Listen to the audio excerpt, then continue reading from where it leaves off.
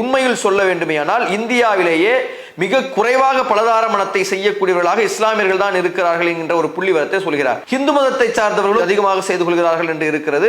இறுதியாக இருப்பது இஸ்லாமியர்கள் தான் இருக்கிறார்கள் என்கின்ற புள்ளிவரங்கள் சொல்கின்றது. தவறான விஷயங்களை கொண்டு போய் சேர்ப்பதற்காக சங்க பரிவாரங்கள் தொடர்ச்சியாக சோசியல் மீடியாக்களின் மூலமாக பிரச்சாரங்களை செய்கிறார்கள். அவர்கள் பேசக்கூடிய மேடைகளில் பிரச்சாரம் செய்கிறார்கள். அவர்களுடைய அறை கூட்டங்களில் ரகசியமாக இந்த விஷயங்களை மக்கள் மத்தியில் பரப்புகிறார்கள். இது பொதுவான மக்கள் மத்தியில் இந்த விஷயங்களை கொண்டு போய் சேர்க்கக்கூடிய வழக்கம் சங்க பரிவாரங்களிடம் இருக்கிறது. அறிவியல் பூர்வமாகவும் அறிவுபூர்வமாகவும் புள்ளி விவரங்களினுடைய அடிப்படையிலும் உண்மை தகவல்களை வைத்து பார்க்கும் போதும் இந்த விஷயம் என்பது பச்சை பொய். அஸ்ஸாமினுடைய சட்டமன்றத்தில் ஹிமந்த பிஸ்வா சர்மா அவர்களுடைய தலைமையிலான அரசு ஒரு சட்டத்தை நிறைவேற்றுவதற்காக தீர்மானத்தை நிறைவேற்றி இருக்கிறது. அந்த தீர்மானம் பலதார மனத்தை செய்து கொள்ளக்கூடியவர்களை சட்டப்படி தண்டித்து அவர்களுக்கு சிறை தண்டனை வழங்குவதற்கான தீர்மானமாக நிறைவேற்றப்பட்டு ஜனாதிபதியினுடைய ஒப்புதலுக்காக அந்த தீர்மானம் அனுப்பப்பட்டு இருக்கிறது. இது குறித்து கூடுதல் தகவல்களை நமது பார்வைகளை நாம் சொல்லவிருக்கின்றோம். அஸ்ஸாமினுடைய ஹிமந்த பிஸ்வா சர்மா என்பவருடைய தலைமையிலான சட்டமன்றத்தில் நிறைவேற்றப்பட்டிருக்கக்கூடிய இந்த தீர்மானம் இவர்களுடைய பார்வையில் பலதார மனம் செய்து கொள்ளக்கூடிய ஒரு ஆணாக இருந்தாலும் பெண்ணாக இருந்தாலும் அவருக்கு குறைந்தபட்சம் 7 வருடம் அதிகபட்சம் 10 வருடங்களை தண்டனைகளை பெற்றுத் தருகிறது. அதே மாதிரி குற்றத்தை செய்யக்கூடியதை மறைத்து இந்த திருமணத்தை செய்து வைக்கக்கூடிய மதகுருமார்கள் அல்லது மற்றவர்கள் யாராக இருந்தாலும் அவர்களுக்கு 2 வருட தண்டனையை வழங்குகிறது. பலதார மனத்தை தொடர்ச்சியாக செய்யக்கூடியவர்களுக்கு 2 மடங்கு தண்டனை வழங்குகிறது. அது போக பெரிய அளவுல ஒரு பொருளாதார ஃபைனையும் போடுறாங்க. முதல் தடவை செய்யக்கூடியவர்களுக்கும் அந்த பொருளாதார ஃபைன் இருக்கு, இதுலயும் அந்த பொருளாதார ஃபைன் இருக்கு. 2 மடங்கு தண்டனையும் அது போன்ற ஃபைனும் தொடர்ச்சியாக செய்யக்கூடியவர்களுக்கு வழங்கப்படுகிறது. இது அந்த செய்தியினுடைய சுருக்கம். சட்டமன்றத்தில் இந்த தீர்மானம் நிறைவேற்றுவதற்கான ஒத்துழைப்பை ஹிமந்த பிஸ்வா சர்மா எதிர்க்கட்சி தலைவர்களிடம் கேட்கிறார். அதுல எதிர்க்கட்சி தலைவர்களாக இருக்கக்கூடிய காங்கிரஸ் வெளிநடப்பு செய்கிறது. இந்த அடிப்படையில் வெளிநடப்பு ஜுபின் கார்க் என்று சொல்லக்கூடிய ஒரு அஸ்ஸாமை சார்ந்த ஒரு பாடகர் கொலை செய்யப்பட்டிருக்கிறார். அந்த கொலை செய்த சம்பவத்தை காரணமாக வைத்து காங்கிரஸ் வெளிநடப்பு செய்திருக்கிறது. அதை தாண்டி AIUDF என்று அழைக்கப்படக்கூடிய இஸ்லாமியவர்கள் பெரும்பான்மையாக இருக்கக்கூடிய ஒரு கட்சியும் CPIM communist party of India மார்க்சிஸ்டும் இதை எதிர்த்து திருத்தங்களை கொடுத்திருக்கிறார்கள். ஹிமந்த பிஸ்வா சர்மா என்ன சொல்லியிருக்காருன்னா சட்டத்தை எந்த விதமான எதிர்ப்பும் இல்லாமல் நிறைவேற்றி தர வேண்டும் என்கின்ற ஒரு கோரிக்கையை அவர் வைத்திருக்கிறார். அந்த கோரிக்கையை நிராகரித்து அதற்கு எதிரான தீர்மானங்களை CPIM-உம் AIUDF-உம் கொண்டு வந்திருக்கிறாங்க. இவர்களுடைய எதிர்ப்புகளை மீறி குரல் வாக்கெடுப்பின் மூலமாக இந்த தீர்மானம் நிறைவேற்றப்பட்டிருக்கிறது. ஜனாதிபதியினுடைய ஒப்புதலுக்கு அனுப்பப்பட்டு இருக்கிறது. இந்த சட்டத்தை குறித்து பேசக்கூடிய ஹிமந்த பிஸ்வா சர்மா என்னென்ன விஷயங்களை எல்லாம் சொல்றாரு அப்படின்னு சொல்லி பார்த்தீங்கன்னு கேட்டீங்கன்னா இந்த சட்டம் நிறைவேற்றப்படணும். இது இஸ்லாமியர்களுக்கு எதிரானது என்று தவறாக பரப்பப்படுகிறது. இஸ்லாமியர்களுக்கு எதிரானது இல்லை என்று அவர் சொல்றார். சொல்லிட்டு அவர் என்ன சொல்றாருன்னா இந்த சட்டத்தின் மூலமாக இந்துக்களும் தண்டிக்கப்படுவார்கள். அப்ப இது இந்துக்களுக்கும் எதிரானதா என்று தெரியல, எல்லோருக்குமானதுதான். இதை உண்மையான இஸ்லாமியர்கள் ஆதரிப்பார்கள் என்று இந்த சட்டம் சார்ந்து அவர் விளக்கம் கொடுக்கக்கூடிய நேரத்தில் சொல்லியிருக்கிறார். அது போக என்ன ஒரு கூடுதலா சொல்றாருன்னு சொல்லி கேட்டீங்கன்னா இந்த சட்டம் என்பது ஏராளமான இஸ்லாமிய நாடுகளிலும் இருக்கிறது. உதாரணத்திற்கு துருக்கியில் பல திருமணங்களை செய்து கொள்ளக்கூடிய நடைமுறை துருக்கியில் இருக்கிறது என்று சொல்லியிருக்கிறார். பல இஸ்லாமிய நாடுகளில் இருக்கிறதுன்னு சொல்லியிருக்கிறாங்க. பார்க்கும்போது துனிஷியா மாதிரியான நாடுகளில் அது இருக்குது. பாகிஸ்தான், மலேசியா மாதிரியான நாடுகளில் ஒப்புதல் வாங்கி கொண்டு திருமணம் செய்து கொள்ளலாம் என்பது இருக்குது. இந்த மாதிரி பல நாடுகளில் இருக்கிறது என்கின்ற ஒரு விஷயத்தை அவங்க வைத்திருக்கிறார். இதையெல்லாம் வைத்து இது இஸ்லாமியர்களுக்கு எதிரானது இல்லை என்று சொல்லியிருக்கிறார். சரி, சொன்னது போக அதோடு நிறுத்தி விட்டாரா என்று பார்க்கணும். இது குறித்த நமது பார்வைகளையும் ஹேமந்த பிஸ்வா சர்மா அவரை குறித்த பார்வையும் இது என்ன மாதிரியான கோணத்தில் அணுகப்பட வேண்டும் என்பதையும் நாம இப்போ பார்க்கலாம். கண்ணியத்திற்கு உரியவர்களே, பொதுவாக ஹிமந்த பிஸ்வா சர்மா என்று அழைக்கப்படக்கூடிய இந்த அஸ்ஸாமை சார்ந்த இந்த முதலமைச்சர் என்பவர் காங்கிரஸில் இருந்து வெளியேறி அவர் மீது போடப்பட்ட ED மற்றும் CBI வழக்குகளில் இருந்து தப்பித்துக் கொள்வதற்காக பிஜேபியில் சேர்ந்தார். பிஜேபியில் சேர்ந்ததற்கு பிறகு சீஃப் மினிஸ்டராக தேர்ந்தெடுக்கப்பட்டிருக்கிறார். இப்ப இதுல விஷயம் என்னன்னா இவர் இஸ்லாமியர்களுக்கு இதனால் பாதிப்பு இல்லை என்கின்ற மாதிரியாக சொல்லக்கூடிய அந்த நபர் இதை பேசிக்கொண்டிருக்கக்கூடிய அதே நேரத்திலே என்ன சொல்றாருன்னு சொல்லி கேட்டீங்கன்னா யூனிஃபார்ம் சிவில் கோடை நாங்கள் கொண்டு வருவோம் அடுத்து நாங்கள் ஆட்சிக்கு வந்தால் என்று சொல்கின்றார். இந்த யூனிஃபார்ம் சிவில் கோடையும் நாளைக்கு கொண்டு வரும்போது இஸ்லாமியர்களுக்கு எதிரானது இல்லை என்று சொல்வார். மக்கள் மத்தியில் என்ன பார்வை இருக்கிறது என்பதுதான் மிக முக்கியமான ஒரு கேள்வி. இப்ப உதாரணத்துக்கு பலதார மனம் அப்படிங்கிற ஒரு விஷயத்தை நாங்கள் கொண்டு வருகிறோம், இது இஸ்லாமியர்களுக்கு எதிரானது இல்லை என்று அவர் ஒரு விஷயத்தை சொல்வாரே, ஆனால் அப்போ அங்க மக்கள் மத்தியில் இது இஸ்லாமியர்களுக்கு எதிரானது என்கின்ற ஒரு தோற்றம் இருக்கிறது என்பதை புரிந்து கொள்ளலாம். பெரும்பான்மையான இந்து மக்கள் மத்தியிலும் பொதுவான மக்கள் மத்தியிலும் ஒரு எண்ணம் இருக்கிறது, இஸ்லாமியர்கள் நிறைய பலதார மனங்களை திருமணங்களை செய்து கொள்கிறார்கள் என்று சொல்லப்படுகிறது. இதை நாம சொல்லல, இந்துத்துவ அமைப்பை சார்ந்தவர்களை பல பேர் பிரச்சாரமே செய்கிறார்கள். இஸ்லாமியர்கள் 4 திருமணங்களை செய்து கொள்கிறார்கள், அதிகமான குழந்தைகளை பெற்றுக் கொள்கிறார்கள் என்பது மாதிரியான ஒரு குற்றச்சாட்டை வைக்கிறார்கள். இது அடிப்படையில் மிகப்பெரிய ஒரு பொய். இந்த பொய்யை உடைக்கக்கூடிய வகையில் பாப்புலேஷன் மித் என்கின்ற ஒரு புத்தகத்தை DY குறைஷி என்று சொல்லப்படக்கூடிய முன்னாள் தலைமை தேர்தல் ஆணையர் ஒரு புத்தகத்தை வெளியிட்டிருந்தார். அந்த வெளியிட்டிருக்கக்கூடிய புத்தகத்தில் பலதார மனம் குறித்த ஒரே சர்வே, அந்த சர்வேயில் எடுக்கப்பட்டிருக்கக்கூடிய தகவல் என்னவென்றால் 1976 வெளியிடப்பட்டது.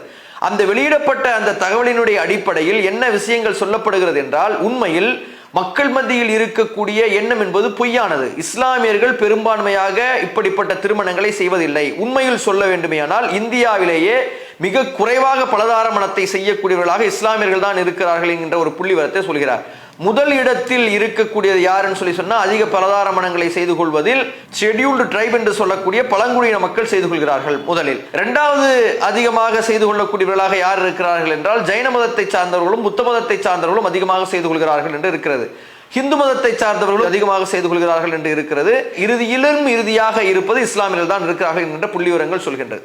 சரி, அப்போ இதுல பலதார மணம் செய்து கொள்ளக்கூடிய காரணத்தினால் அதிகமான குழந்தைகளை பெற்றுக் கொள்கிறார்களா என்றால் அதையும் அறிவியல் பூர்வமாக அவர் மறுக்கிறார். உதாரணத்திற்கு, ஒருவர் ஒரு மனைவியை திருமணம் செய்து கொள்வதன் மூலமாக பெற்றுக்கொள்ளக்கூடிய குழந்தையும் 4 மனைவியை திருமணம் செய்து கொள்ளமாக பெற்றுக்கொள்ளக்கூடிய குழந்தையும் குழந்தைகளுடைய எண்ணிக்கை அதிகரிக்குதா என்றால் குழந்தைகளின் எண்ணிக்கை அதிகரிப்பதில்லை. உதாரணத்துக்கு, இந்த 4 பெண்களை ஒரு ஆண் திருமணம் செய்து கொண்டிருக்கிறார். இந்த 4 பெண்களை வேறு 4 ஆண்கள் திருமணம் செய்து கொண்டிருந்தால் என்ன குழந்தை பேரு அவர்களுக்கு கிடைத்திருக்குமோ அந்த குழந்தை பேர் தான். ஏனென்றால் ஒரு பெண்ணுக்கு குழந்தை பெறுவதற்கான உடல்நிலை, அவர்கள் குழந்தை பெற்றுக் கொள்வதற்கான விருப்பம், இது என்பது ஆணும் பெண்ணும் முடிவெடுக்கக்கூடிய விஷயம் என்பதை தாண்டி ஒரு பெண்ணினுடைய உடல் சார்ந்த விஷயமாக இருக்கு. அப்போ ஒரு ஃபெர்டிலிட்டி ரேட் என்பது ஒரு பெண் சார்ந்த ஒரு விஷயமாக இருக்கிறது. அப்போ அந்த பெண் எத்தனை குழந்தைகளை பெற்றுக் கொள்கிறார்கள் என்பதை குறித்து நேஷனல் ஃபேமிலி ஹெல்த் சர்வே என்று அழைக்கப்படக்கூடிய NFHS சர்வேக்கள் எல்லாம் என்ன சொல்கிறது என்றால், இந்தியாவில் இந்த குழந்தை பெறக்கூடிய விகிதம் என்பது இஸ்லாமியர்களில் பெரிய அளவிற்கு குறைந்திருக்கிறது என்று சொல்லப்படுகிறது. அப்ப குழந்தை பிறப்பு விகிதம் என்பது அதிகமான மனைவியர்களை கற்றுக்கொள்வதால் வருவதில்லை, அல்லது ஒரு இஸ்லாமியர் ஒரு பெண்ணை கல்யாணம் கொள்வதால் அதிகமாக குழந்தைகளை பெற்றுக் கொள்வதில்லை. உண்மையில் சொல்ல வேண்டுமானால் இஸ்லாமியர்களுடைய குழந்தை பிறப்பு விகிதம் என்பது காலகாலமாக குறைந்து கொண்டே வந்து கொண்டு இருக்கிறது. இவை இன்றைக்கு பல மாநிலங்களில் இந்துக்களினுடைய குழந்தை பிறப்பு விகிதத்தை விட குறைவாக இருக்கிறது என்று சொல்கிறார்கள். அப்போ இந்துக்களினுடைய குழந்தை பிறப்பு விகிதம் அதிகமாக இருக்கிறது, இஸ்லாமியுடைய குழந்தை பிறப்பு விகிதம் குறைவாக இருக்கிறது என்கின்ற ஒரு விஷயம் என்பது சொல்லப்படுகிறது. அந்த புள்ளி விவரங்களின் அடிப்படையில் அவர் சொல்றார். அப்போ இஸ்லாமியர்கள் அதிக பெண்களை திருமணம் செய்து கொள்கிறார்கள் என்பதும் பொய், இஸ்லாமியர்கள் திருமணம் செய்து கொள்வதால் அதிகமான குழந்தைகளை பெற்றுக் கொள்கிறார்கள் என்பது பொய் என்பதை அவர் புள்ளி விவரங்களுடைய அடிப்படையில் விவரிக்கிறார். இப்போ இந்த சட்டத்தினுடைய அடிப்படையில் ஹிமந்த பிஸ்வா சர்மா என்ன சொல்றாருன்னா, இதுல சில பேருக்கு விதிவிலக்கு கொடுக்கிறார். யாருக்கு விதிவிலக்கு கொடுக்கிறார்கள் சொன்னா, ஷெட்யூல்டு ட்ரைப் என்று சொல்லப்படக்கூடிய மக்களுக்கு அவர்கள் விதிவிலக்கை கொடுக்கிறார். போடோலேண்ட் டெரிட்டரி என்கின்ற பகுதிகளிலும், அதே மாதிரி இன்னும் பல மலைவாழ் மக்கள் வாழக்கூடிய சில மாவட்டங்களிலும் ஷெட்யூல்டு 6 என்று சொல்லப்படக்கூடிய அட்டவணையில் கீழ் வரக்கூடிய ஷெட்யூல்டு ட்ரைபை சார்ந்த மக்களுக்கு விதிவிலக்கு கொடுக்கிறார். ஆனா உண்மையில் சொல்ல போனால் அந்த மக்கள் தான் அதிகமாக 2 திருமணங்களை செய்து கொள்கிறார்கள் என்பதுதான் புள்ளிவிவரமாக இருக்குது. சரி, இப்போ இதுல பலதார மனம் என்பது சரி தவறு என்பதை தாண்டி இன்றைக்கு இது உலகத்தில் ஒரு நடைமுறையில் இருக்கக்கூடிய ஒரு வழக்கமாக இருக்கிறது. நீங்கள் சட்டம் போட்டு இதை தடுத்தாலும் தடுத்து நிறுத்த முடியாத அளவிற்கான ஒரு பிரச்சனையாக இந்த பிரச்சனை இருக்கிறது. ஒருவனுக்கு ஒருத்தி என்பதை நாம் விரும்பினாலும் ஒரு பெண்ணை தாண்டி இன்னொரு பெண்ணை ஒரு ஆண் மணந்து கொள்ளக்கூடிய விஷயம் என்பது உலகம் முழுவதும் இருந்து கொண்டு இருக்கிறது.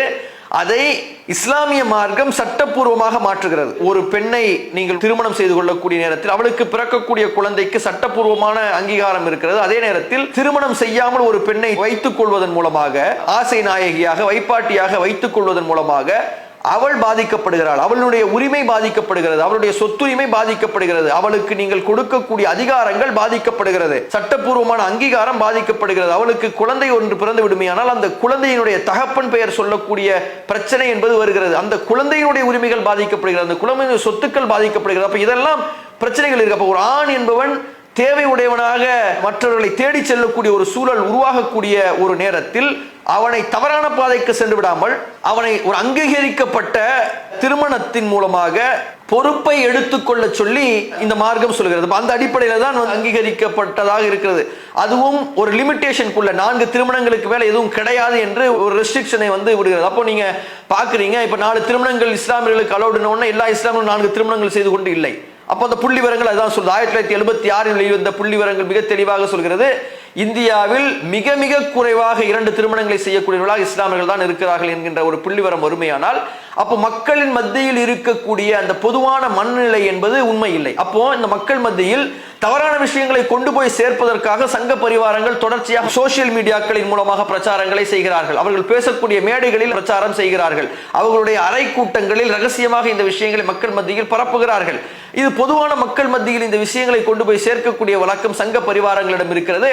அறிவியல் பூர்வமாகவும் அறிவுபூர்வமாகவும் புள்ளி விவரங்களினுடைய அடிப்படையிலும் உண்மை தகவல்களை வைத்து பார்க்கும் போதும் இந்த விஷயம் என்பது பச்சை பொய் என்பதை தெரிந்து கொள்ள முடிகிறது. அப்போ இஸ்லாமியர்களிடம் பலதார மனம் இல்லை. அப்ப நீங்க இந்த விஷயத்தை கொண்டு வருவதற்கான காரணம் என்ன அப்படின்னு சொல்லி கேட்டீங்கன்னா, இஸ்லாமிய எதிர்ப்பு மனநிலையை மக்கள் மத்தியில் காண்பிப்பதன் மூலமாக தேர்தலில் வெற்றி பெற வேண்டும் என்பதுதான் உங்களுடைய மனநிலையாக இருக்கும். பொதுவான மக்களுடைய நம்பிக்கை என்னென்ன? முஸ்லீம்கள் நிறைய கல்யாணம் பண்ணிக்கிறாங்க, அது உண்மையோ பொய்யோ அதெல்லாம் நமக்கு தேவையில்லை. அப்போ இது ஒரு சட்டத்தை கொண்டு வந்து விடுவதன் மூலமாக என்ன செஞ்சிடலாம்னு சொல்லி கேட்டீங்கன்னா, பாருங்க நாங்கள் முஸ்லீம்களுக்கு எதிராக சட்டம் கொண்டு வரோம், அடுத்து நாங்கள் பொது சிவில் சட்டம் கொண்டு வர போறோம். பொது சிவில் சட்டம் யாருக்கு எதிராக இருக்கு என்று பொதுவான மக்கள் மத்தியில் ஒரு மனநிலை இருக்கு, இஸ்லாமிற்கு எதிராக இருக்கின்றது தான் பொதுவான மனநிலை இருக்கு. அதுலயும் இந்த பலதார மனம் என்பது ஒன் ஆஃப் த இது.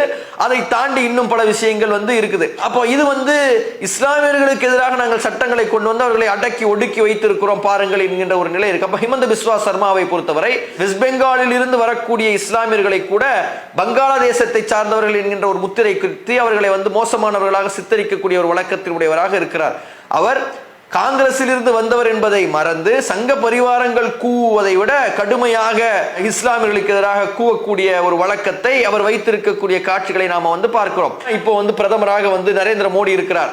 நரேந்திர மோடிக்கு பிறகு இவர்களாகவே ஒரு விஷயம் வச்சிருக்காங்க, தொடர்ச்சியாக ஒரு 50-60 வருஷத்துக்கு பிஜேபி தான் ஆளுன்ற மாதிரி அவங்களா ஒரு கதையை கட்டிவிட்டு, முதல்ல பிஜேபியில இப்போ நரேந்திர மோடி இருக்கிறார், அதற்கு பிறகு யோகி ஆதித்யநாத் வருவார், அதற்கு பிறகு ஹிமந்த பிஸ்வா சர்மா வருவார், அதற்கு பிறகு மகாராஷ்டிராவில் இருக்கக்கூடிய தற்போதைய முதலமைச்சராக இருக்கக்கூடிய நபர் வருவார் என்று பல பேருடைய பெயரை ஒன்னு ஒன்னா வச்சிருக்காங்க. அதுல லிஸ்ட்ல இருக்கிறார். அப்போ இவர் தன்னை பிரதமர் மெட்டீரியலாக காண்பித்துக் கொள்வதற்கான ஒரு திட்டமிடுதல்களையும் இவர் செய்து கொள்ளக்கூடிய காட்சிகளை பார்க்கிறோம். அப்புறம் ஆவாரா மாட்டார்ன்றது வேற. ஆனால் இப்படிப்பட்ட ஒரு சூழல் இருக்குது. அங்க நார்த் ஈஸ்டர்ன் ஸ்டேட்ஸ்ல பிஜேபியினுடைய முகமாக ஹிமந்த பிஸ்வா சர்மா மாறுவதற்குண்டான வேலைகளை செய்கிறார். அதனுடைய முன்னோட்டமாக இப்படிப்பட்ட ஒரு சட்டங்களை கொண்டு வருகிறார் என்று நம்மால் பார்க்க முடிகிறது. இப்ப இந்த ஹிமந்த பிஸ்வா சர்மாவை பொறுத்தவரை ஏற்கனவே வழக்கத்தில் இல்லாத லவ் ஜிஹாத் என்கின்ற ஒரு விஷயங்களை எல்லாம் குறித்து அவர் பேசியவர் தான். அவர் பேசிய இஸ்லாமிய எதிர்ப்பு பிரச்சாரங்களை நீங்கள் பார்த்துக் கொள்ளலாம். இது நுட்பமாக நீங்கள் அலசி ஆராய வேண்டுமேயானால் இது மக்களுக்கு தேவையான ஒரு சட்டமாக ஒரு இல்லை, மக்களை கூடுதல் சிரமப்படுத்தக்கூடிய ஒரு சட்டமாகத்தான் இந்த சட்டம் இருந்து கொண்டு இருக்கிறது. எந்த வகையிலும் யாருக்கும் பிரயோஜனம் இல்லை. இது இஸ்லாமியர்களை எந்த வகையிலும் பாதிக்க போவதில்லை. இதற்கு மாறாக இஸ்லாமியர்களை அச்சுறுத்துவதற்கான ஒரு டூலாகத்தான் இது பயன்படுத்தப்படவிருக்கிறது என்பதை நாம தெரிந்து கொள்ள வேண்டும். அதை தாண்டி அடுத்து வரக்கூடிய தேர்தலில் மக்களை திரட்டுவதற்கு என்ன வழி என்று பார்க்கிறாங்க. இப்ப அடுத்து அங்க காங்கிரசினுடைய சீஃபாக இருக்கக்கூடிய கௌரவ் கோகோய், தருண் கோகோய் என்று சொல்லக்கூடிய மூத்த காங்கிரஸ் தலைவரினுடைய மகன், அவங்க இப்ப நல்ல ஒரு பெரிய அளவுல வளர்ந்து கொண்டு இருக்கிறார். இப்ப ஒரு நாடாளுமன்றத்திலையும் கூட நிறைய சிறப்பாக பணியாற்றக்கூடிய காரணத்தினால அஸ்ஸாம்ல காங்கிரசினுடைய ஆட்சி வந்துவிடும் என்கின்ற ஒரு சூழல் இருக்கக்கூடிய நேரத்தில் வழக்கமாக ஓட்டு விஷயங்களை வைத்து எஸ்ஐஆர் கூட அங்க நடத்தல, அங்க என்ஆர்சி தான் நடத்திருக்காங்க. எலக்ட்ரல் ஓட்டிங் மிஷின்களை வைத்து இந்த மாதிரியான வெறுப்பு பிரச்சாரங்களை வைத்து தருண் கோகோயினுடைய மகன் கௌரவ் கோகோய் முதல்வராவதை தடுத்து விட வேண்டும் என்கின்ற ஒரு மனநிலையில் அஸ்ஸாமினுடைய தற்போதைய சீஃப் மினிஸ்டராக இருக்கக்கூடிய ஹிமந்த பிஸ்வா சர்மா முயல்கிறார் என்பதுதான் இதிலிருந்து நாம் பெறக்கூடிய ஒரு செய்தியாக இருக்கிறது. இவர்களுடைய முயற்சிகள் தோல்வியில் முடியும் என்பதை தெரிவித்துக் கொண்டு இத்துடன் முடித்துக் கொள்கிறோம். வாஹிர் துவானா அல்ஹம்துலில்லாஹ். அஸ்ஸலாமு அலைக்கும் வரஹ்மத்துல்லாஹி வபரகாத்துஹு. அல்லாஹு அக்பர், அல்லாஹு அக்பர்.